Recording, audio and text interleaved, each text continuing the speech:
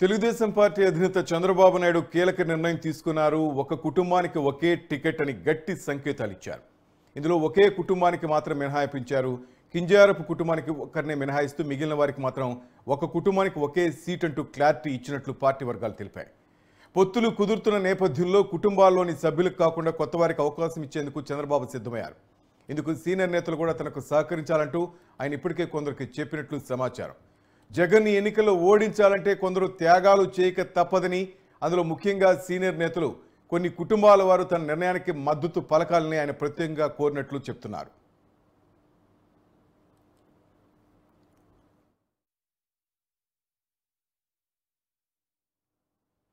Party అధికారంలో లేనప్పుడు కష్టకాలంలో అండగా ఉన్నప్పటికీ కొత్త వారికి అవకాశం ఇస్తే గెలుపు అవకాశాలు ఉంటాయని, లేకుంటే చేజేతులా మళ్ళీ కొన్ని స్థానాలను కోల్పోవాల్సి వస్తుందని ఆయన పార్టీ సీనియర్ నేతలతో అన్నట్లు సమాచారం.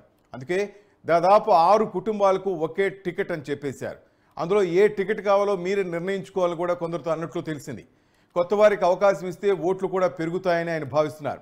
పరిటాల కుటుంబం రాప్తాడు, ధర్మవరం టికెట్లు అడుగుతోంది. అయితే ఈసారి రాప్తాడు నుంచి సునీతకు మాత్రమే అవకాశం ఇవ్వనున్నారు. ఇక జేసీ కుటుంబం కూడా 2 స్థానాలు కోరుకుంటోంది. అనంతపురం పార్లమెంట్ పవన్ రెడ్డికి, తాడిపత్రి అసెంబ్లీ నియోజకవర్గం జేసీ అస్మిత్ రెడ్డికి కావాలని కోరుతుంది.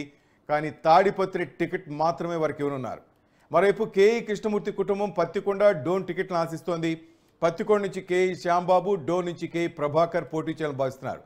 కానీ శ్యాంబాబుకు ఒక్కరికే టికెట్ను చంద్రబాబు కన్ఫర్మ్ చేస్తున్నారు. ఇక ఉత్తరాంధ్రలో పూసపాటి అశోక్ గజపతిరాజు విజయనగరం పార్లమెంట్ సభ్యుడిగా, ఆయన కుమార్తె ఆదితి విజయలక్ష్మికి టికెట్ ఇవ్వాలని కోరుతున్నారు.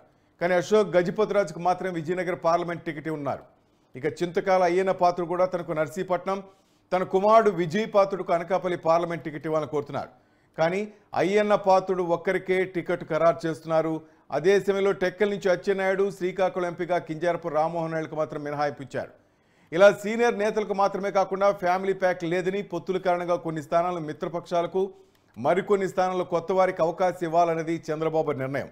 మరి ఏం జరుగుతుందన్నది వేచి చూడాలి.